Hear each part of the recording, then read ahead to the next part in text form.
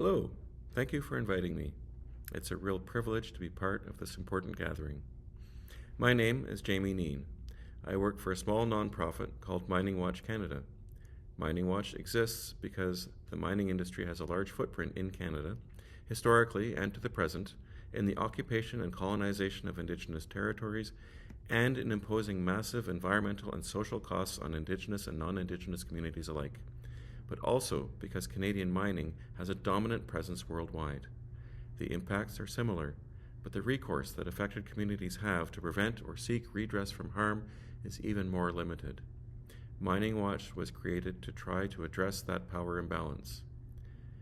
This is important to the discussion of global climate equity for two reasons. The first is the material reality of the renewable energy transition and the implications for mining-affected communities, ecosystems, and economies. The second is Canada's global role, not just in mining, but in the global financial architecture. First, mining. Mining is an inherently destructive and unsustainable activity, grinding up massive amounts of rock to extract tiny and ever-decreasing percentages of metal, chasing new deposits in ever more remote and sensitive areas, from mountaintop glaciers and alpine wetlands to peatlands and rainforests, and there is now even a push to mine the deep sea floor. Mining can have grievous effects on the health of workers and communities, and it leaves immense amounts of dangerous wastes on the landscape, a threat for centuries and millennia to come. But generating, transmitting, storing, and using renewable energy requires mined materials. Copper for motor or turbine windings and transmission cables. Lithium, cobalt, nickel, graphite, and phosphorus for batteries, depending on the battery chemistry. Rare earth elements for motor and turbine magnets. Silver, silica, aluminum, and a handful of other metals for photovoltaics, and all in stupefying quantities based on the projections of the World Bank, the International Energy Agency, and others.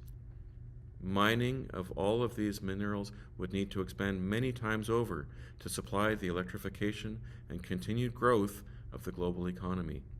And while those deposits may exist, expanding their extraction at the pace and scale required to meet that business-as-usual scenario for electrification and meeting greenhouse gas reduction commitments will not only be massively destructive to communities and ecosystems, but is probably also physically impossible.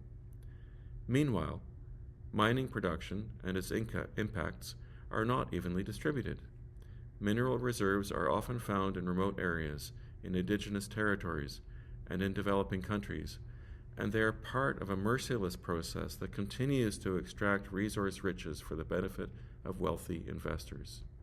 Whether it's cobalt from the Congo, lithium from Nevada or Chile, or graphite from northern Quebec, the energy transition is being set up as a continuation and intensification of the colonial pillage of resources from indigenous territories and the forced impoverishment of entire countries so that the wealthiest countries can maintain and increase their privileged and unsustainable levels of overconsumption and waste. Current levels of mining activity are already meeting increasingly determined resistance from affected communities globally. Communities may be unwilling to allow their land and ancestral territories to become sacrifice zones for the global extractive economy, regardless of the promised benefits. Their resistance is met with manipulation and violence, and the fear is that expanding demand for resources to fuel the renewable energy transition will drive increasing levels of conflict, repression, and violence. The answer is kind of obvious, even without bringing into the picture other elements of global multiple crises, the polycrisis, as it's called, like inequality and war, or other dimensions of human overexploitation of Earth systems, like fresh water, biodiversity loss, pollution, and so on. Not only do many aspects of economic globalization need to be dismantled, but continued economic growth itself, required by a globalized capitalist economy, is not an option. In order to be sustainable, many facets of global human overconsumption need to be reduced dramatically. Fortunately, there's lots to go around if it were better distributed.